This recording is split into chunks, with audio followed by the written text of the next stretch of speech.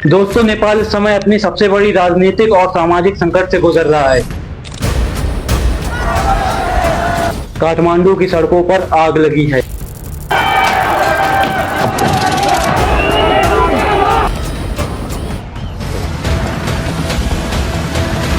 और सेना को कर्फ्यू लगाना पड़ा है।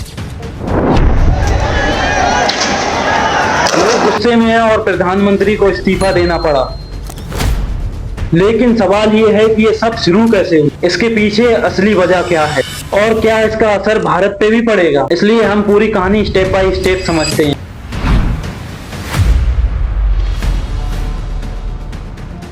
नेपाल एक छोटा लेकिन बहुत ही अहम देश है हमारी दुनिया के लिए। यह भारत और चीन के बीच में बसा हुआ है और यहाँ की राजनीति हमेशा से अनस्टेबल रही है। यहाँ पर पहले राजतंत्र हुआ करता था, फिर सिविल वॉर स्टार्ट हुआ और 2008 में यह एक लोकतंत्र बना।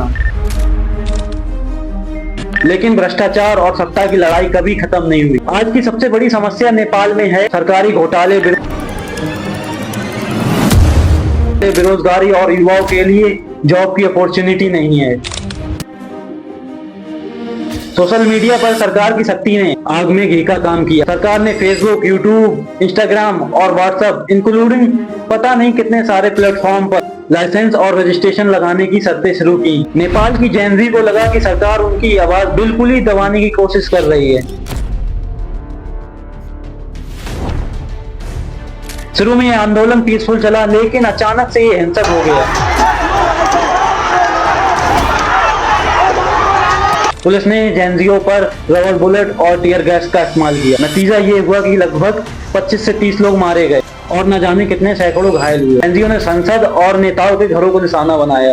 कई जगह आग लगा दी गई। इतना ही नहीं, करीब जेलों से 13,000 से ज्यादा कैदी भाग निकले। ये सोचने वाली बात है, अब वो कैसे पकड़े जाएंगे। हालात काबू से बाहर होते देख नेपाल की सेना को सड़कों पर उतारना पड़ा और कर्फ्यू लगा दिया गया। एनजीओ के इस दबाव से प्रधानमंत्री केपी शर्मा ओली को इस्तीफा देना पड़ा।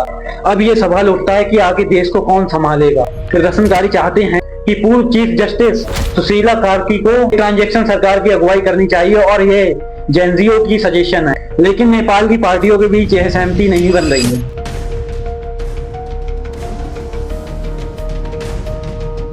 जिससे इंस्टेबिलिटी और ज्यादा बढ़ रही है।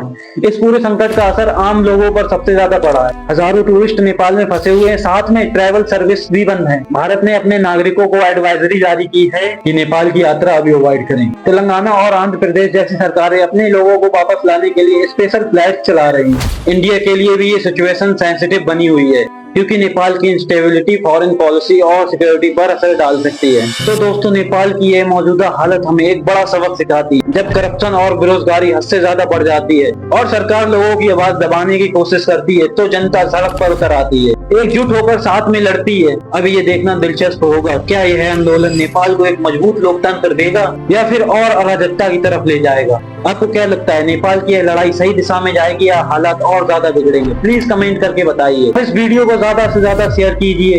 एंड में बस मैं इतना ही कहना चाहूंगा, मैं अपनी खुशी में दुनिया की तुम्हें आखिरी खुशी लिखूंगा। जय हिंद।